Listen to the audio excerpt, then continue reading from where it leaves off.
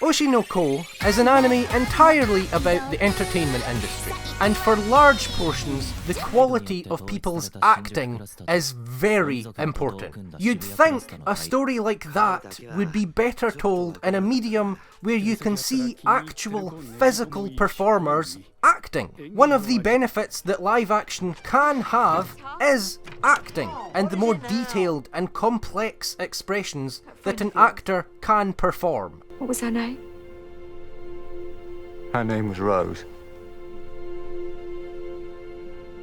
But for a story like Oshi no Ko, where it's important that there are wide gulfs between the quality of people's acting, it just wouldn't really work very easily. You can't really rely on the audience being able to easily tell the difference between a mediocre performer and an excellent one, while everything else is also still going on without at very least risking taking them out of the moment. But in animation, Oshi no Ko is able to emphasise those differences through symbolic means, by completely changing someone's face so that it looks flat and lifeless, just like they're acting, or by putting literal stars in people's eyes to represent that magnetic star quality that they have.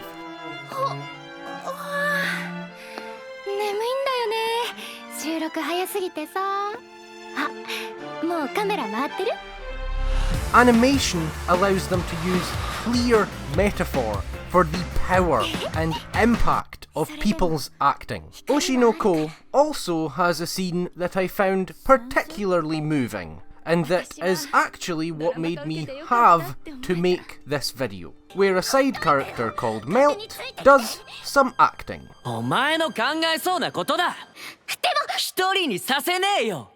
When we first see him, he's the terrible actor ruining the production of the live-action adaptation of a manga. The series is bombing and is detested by fans, as all of the actors have to lower the quality of their performances to match him, so as to not make things even worse by making his poor acting even more blatant by contrast. Some stuff happens, and the main character of Oshi no Ko manages to get a good performance out of him for the big moment in the final episode, but the series continues to be disliked and unpopular. But now, Melt has experienced real acting, and he watches back the programme and realises just how fucking terrible he was. By the time we see him again, when he's cast in a play that the main characters are also in, he's still not very good. But we eventually see, when the play actually opens and his time comes,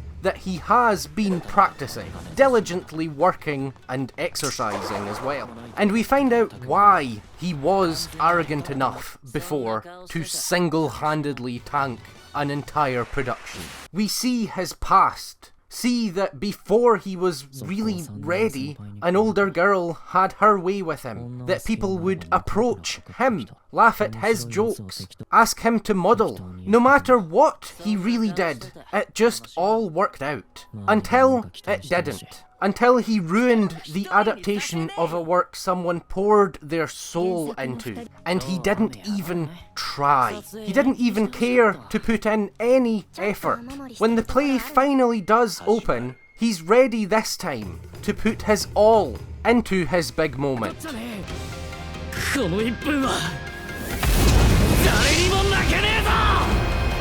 For this 1 minute, I won't lose, he says. And then all of that backstory, his entire character, his entire being, gets perfectly distilled without words into a wonderful sequence of animation, where we see how everyone fawned over him to the point that the whole of Tokyo transforms into his playground before he experiences being a real star and finally notices the true stars all around him. He begins to chase after that real star as we see him rehearsing and working, but it remains ever out of his reach as he stretches so hard to touch it that he himself transforms. As he reaches new levels, the stars still just move further away from him, until the sweat and blood of his work births a new melt, forged by fire for this very moment, and he finally feels some satisfaction and peace. And I didn't realise until I actually began making this video that the sequence itself is almost exactly 1 minute. What else would you see that in? Where else but anime would you see 1 single minute artistically represent an entire character? It can be done elsewhere, of course, but where else would you actually see it? When something like that is tried in film, it's only really in small art house films, and can have a tendency to feel pretentious. And I don't particularly blame audiences for feeling that way, it often is pretentious. And so it remains completely outside of the mainstream. Most people never see it, and most people never want to. But the completely artificially created world of animation makes it just seem more natural. But it's not just animation though, is it? It is anime. You don't generally see sequences like that in Western animation either.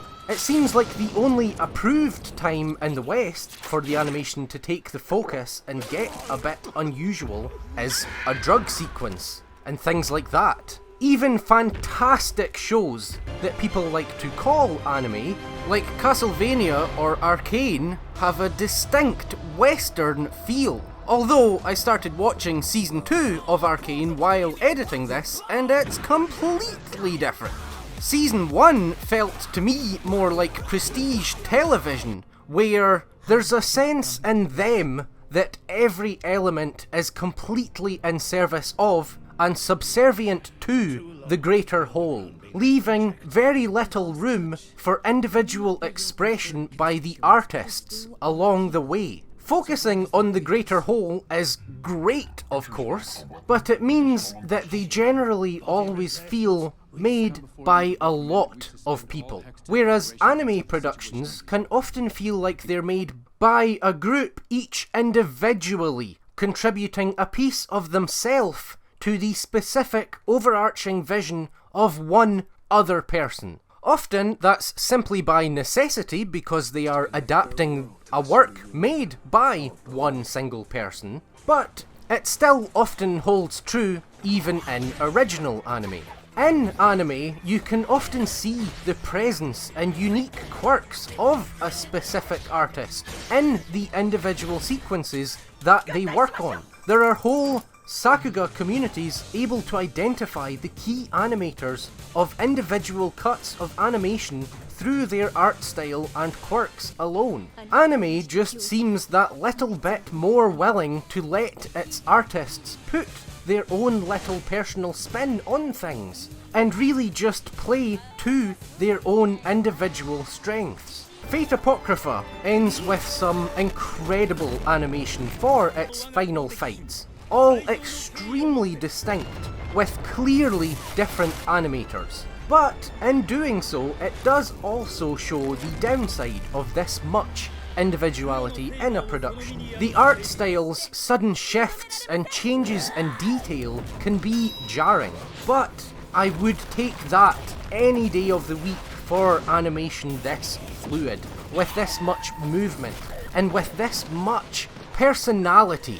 It extends beyond just the animation too, though. It often applies to nearly every element. Music in Western productions often seems to go by the same motto as editing, where it's incredibly important, but if you ever actually notice it, then something's gone wrong.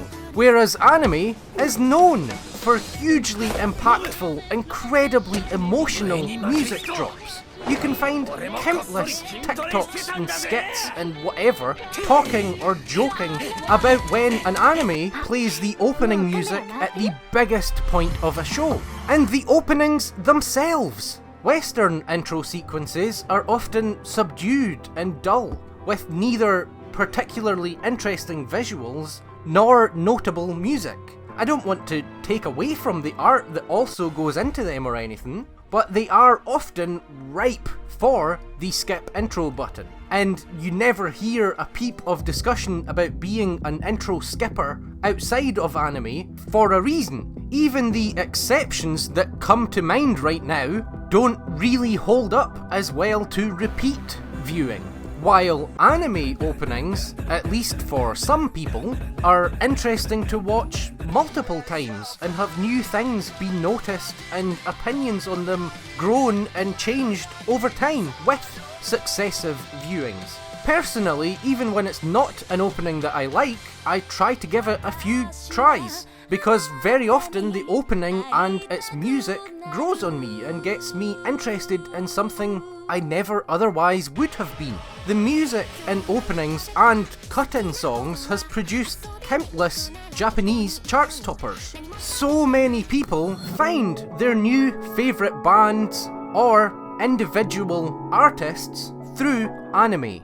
Art is communication from one person to many others. One of the only definitions of art that makes sense to me is just anything made by people with great effort or great thought. That might seem too wide-reaching nowadays, where the things we automatically think of as art are things like movies, books, and TV shows. Stories, basically. But it used to be that when you thought of art, some of the first things to come to mind would be things like sculptures and architecture. Things that are harder to say have themes, messages. But they are still art because they still are communication. Because whatever you create, you put a little to a lot of yourself into,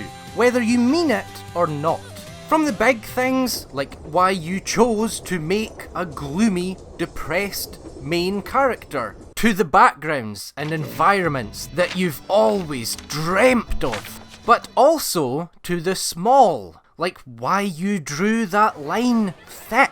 Anime feels like it generally requires the most choices to be made by the people making it, and thus makes it easier to feel the heart and soul that has been put into it. Absolutely everything in an anime has to be decided on and made by someone. There's no cup put in the background just because it's what someone happened to own. A scene is unlikely to be set on a street or that one Californian desert just because it's convenient. And even when something is chosen because of convenience, it feels more significant because they had to completely recreate it. It's not just the cup that they happened to own, it's a person having committed to staring at that cup and replicating it, drawing or modelling it in order to entirely integrate it in particular into the completely different two-dimensional world that they're creating that only represents ours in some way through animation. When you spend hours replicating that cup, it feels like it must be more significant to you. Is it their favourite cup? Is it just what they view as the quintessential cup? Why do they view that cup in particular as the standard cup? Why is the cup there? It must have felt very important that a cup be put there in particular in order to spend the time replicating it. It had to be created. It can't have already just been there. And so, even though a lot of those questions can be asked of live-action productions too, anime makes the choices that are made more obvious and undeniable, and as a result, more compelling. That innate separation from reality also simply allows more freedom. The constraints of our real world no longer apply. And not just in the obvious way where action and magic and high concepts and just cool shit and everything are cheaper, it also simply allows expression.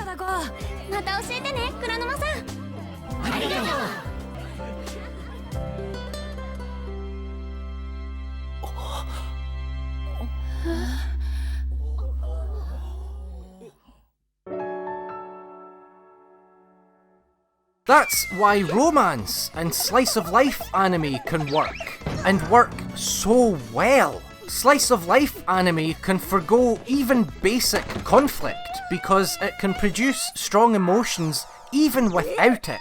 There's nothing else that can really provide the same feelings of extreme comfort and coziness that can be achieved by slice of life anime, in large part because of the presentation. The way animation can amplify the feeling of a normal day so much that you can actually feel and notice and appreciate those normal, everyday occurrences of life is incredible. The sheer expressiveness possible can replace the need for constant conflict required by most stories, and allow you to simply enjoy the characters themselves for who they are. The characters can be so cute and sweet, even with clear, supposedly negative traits that could otherwise consume our perception of them through our assumptions about and prejudices against delinquents.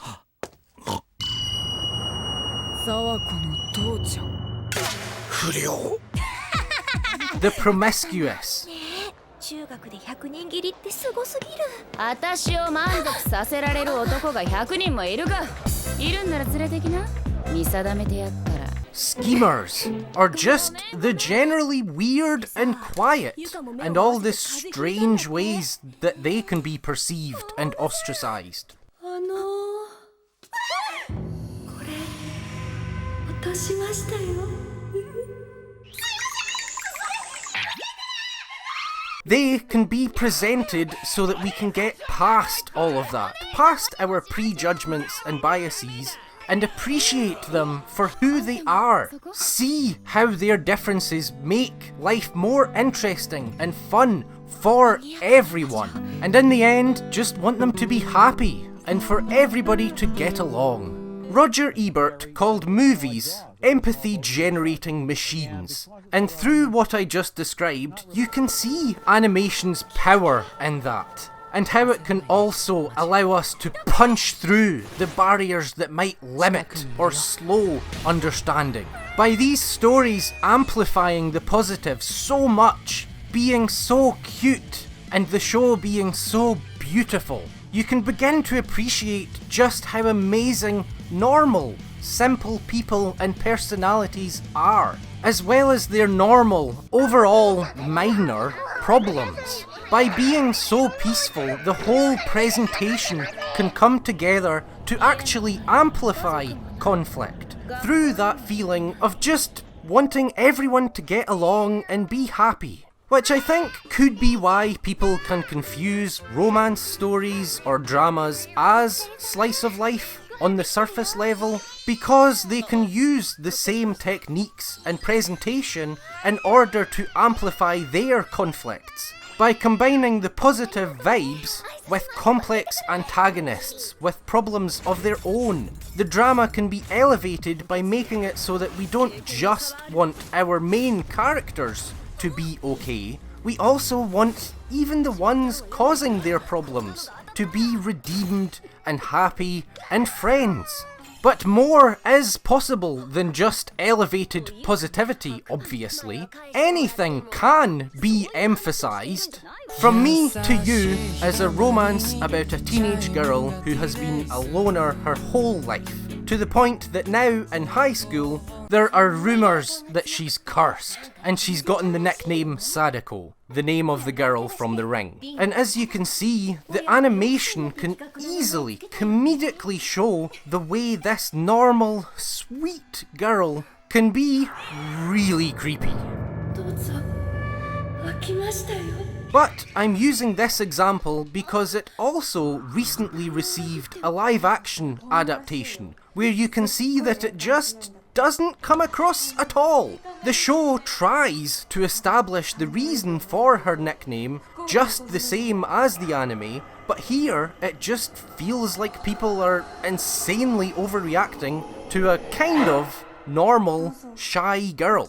And I say kind of normal because she's clearly a gorgeous actress. Whereas the low detail of anime faces and the decisions made for the character designs here make her appearance more vague. You can get the sense that she's quite plain looking. A normal, awkward teenage girl, basically, capable of being very cute, but also of looking a bit frumpy, or absolutely terrifyingly unnatural.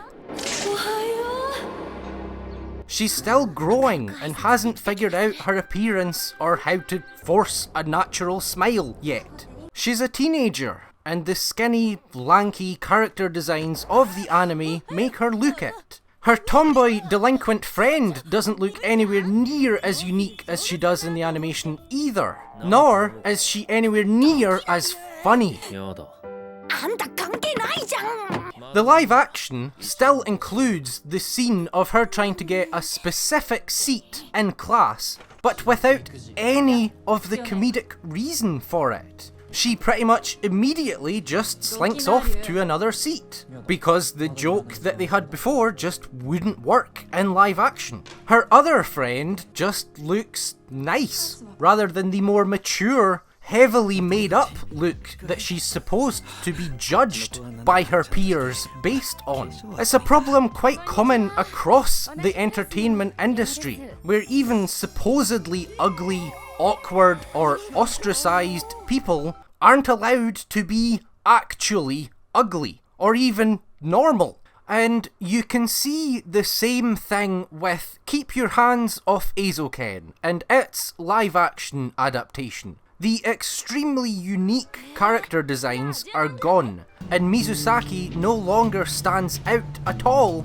as the model that she's supposed to be. I don't actually want to be too hard on the live actions or anything overall though. The point is that they lose the universal appeal and clarity that has allowed anime to have worldwide success. Eizouken is a strange one to receive a live action anyway, when it's a show about the love and creation of anime that shows how personal an artist's work can be and the passion that these people can have. Asakusa can't help herself drawing other environments and weird places and things. She imagines and thinks of new ones all the time and dreams of seeing them fully realised. And she just has to get them out and on paper because it's just all so cool to her. She has fun imagining new and weird things and bringing them into reality. And as a viewer, I can feel that in anime. Mizusaki is fascinated by people and the details of how they move. Whether it's something elegant and cool like her grandmother throwing tea, or the mechanics of how people move and the differences that there can be. Her interest eventually allowing her to help her aging grandmother stand and walk a little, briefly. She's fascinated by people. This scene, where she watches and tries to mimic her gran throwing tea, is focused on her, giving us her perspective. But it might also be a bit easier to understand how she's feeling in a way if we imagine being her grandma instead in this moment. Imagine watching a little 5-year-old, or however old she is, become intensely interested in something you just did and keep trying and failing to do it themselves, and apologising when they do because they've just made a mess. なさい。 大丈夫よ。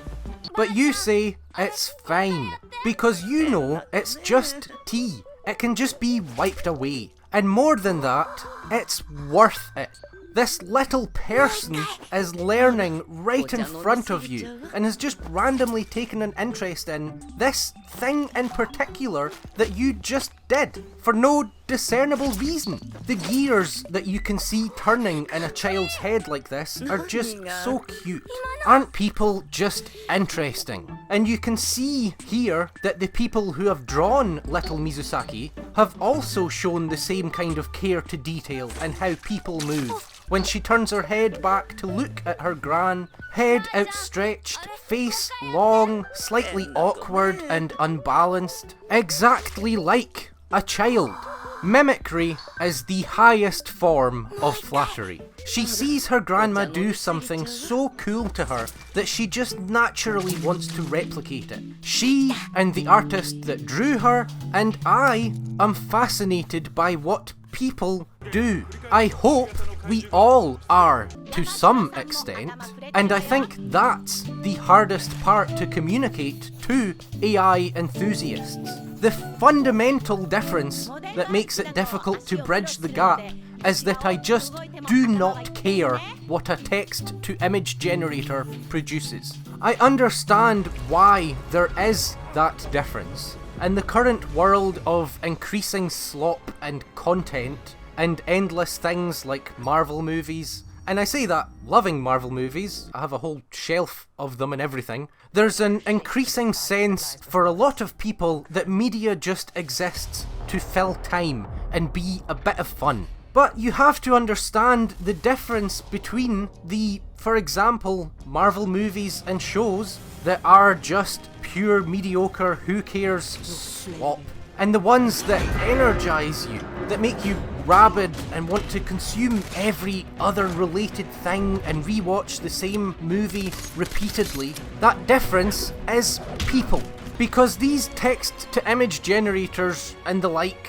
are not AI with intelligence of its own, reflecting itself, its experiences, and own favourite things back into what it makes. And nor can I care about your prompt when there is so much art out there made by people who have put in so much more effort and time and thus of themselves into what they have made.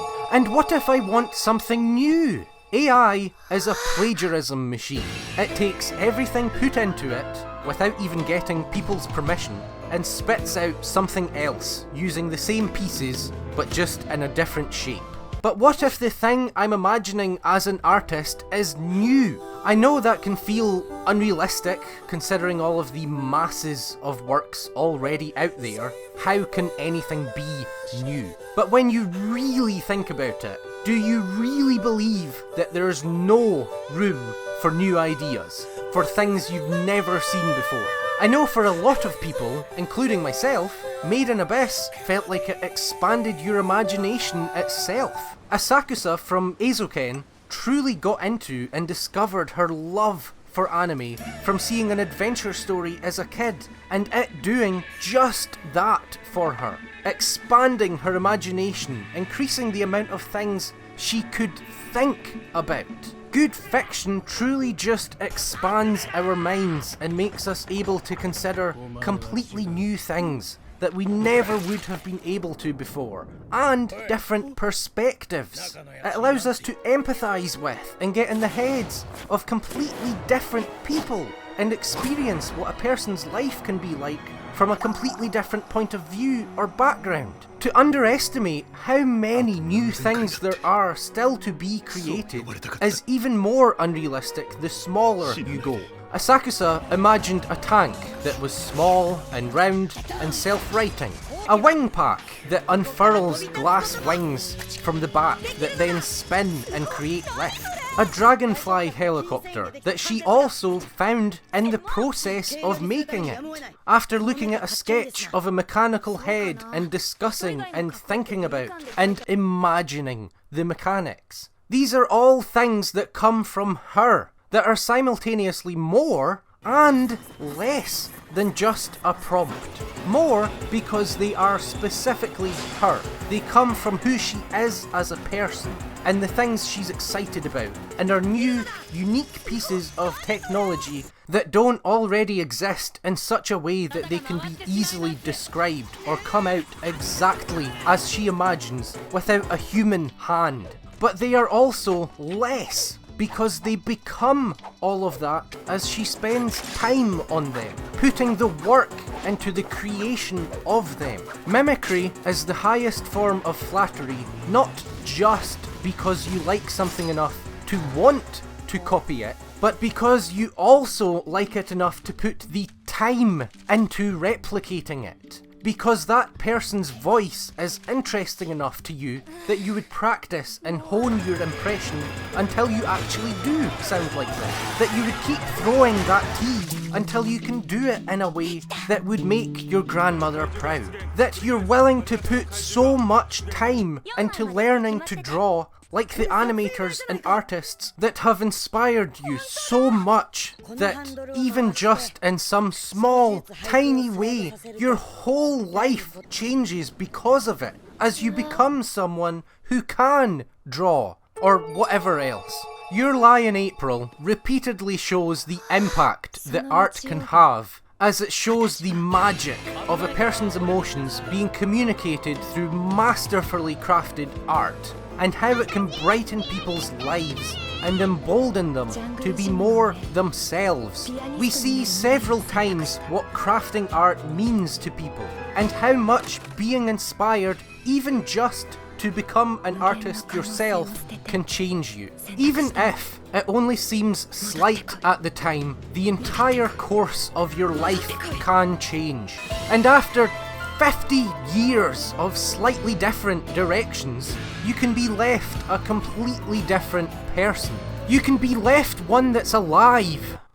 I haven't experienced anything that simple, but when I watched JoJo's Part 6 for the first time, once I started feeling a bit better after the monetary side improved slightly, and just began crying from what I consider a beautifully happy ending, it suddenly occurred to me in that moment that I was just so happy to be alive to have seen it. Even if my life is completely empty, I want to see an ending like that one more time. I want to keep being able to experience these beautiful stories that people craft with their very souls. I often end up crying at just the sheer work, art, and craftsmanship that gets put into these wonderful shows and scenes. And because I'm a guy talking about crying, and not just once in my life at the best thing ever,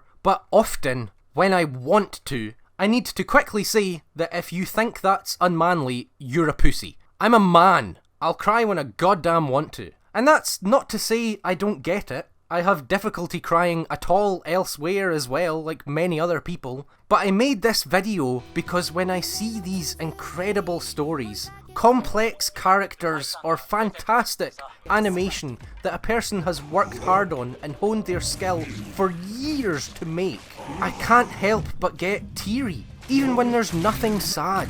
I cry every single time I watch the incredibly underseen memorial video released for the anniversary of a mobile game, as it so brilliantly shows both the sadness and depravity of humanity, as well as the sheer beauty and hopefulness of the indomitable human spirit, as a 16-year-old girl manages to sing beautifully with minimal edits in both English and Japanese, with a melody that just strikes the core of your heart as the unbelievably detailed, painstaking animation perfectly shows and captures the feelings of those historical figures who lived huge lives, doing everything they could to make an impact and help other people, die with their unfinished business and become stories that live on and still affect and impact people thousands of years later, while they can only watch as their kingdoms crumble and people kill each other and be able to do nothing about it, only to be suddenly given the opportunity through the fictional means of the fate summoning system to come back and not just exist again, but fight to protect and revive all of humanity as part of the mobile game's main story, supervised by one man but not entirely written by him, as he uses the platform to give other writers the chance to shine and show and emphasize their own unique style, making chapters as long as entire novels, as well as feature hundreds of different artists freely allowed to draw characters and their own unique art style in a game about humanity and the human experience itself. How could I not cry? How could I not feel the absolute need to make something of my own and gush about this beautiful medium of art? This being a video about passion and the things that I'm passionate about made making this and editing and cutting parts quite difficult. I cut a lot of stuff kind of more about art in general, specific problems with AI, inspiration. I cut all of that to try to keep it focused on anime, but I hope it didn't come across like I was putting down anything else or any other mediums or production styles or anything when comparing and contrasting things. I just had to communicate why this one in particular can affect me so much, and still couldn't cover everything, like why it's so awesome that so many of these things are drawn in particular.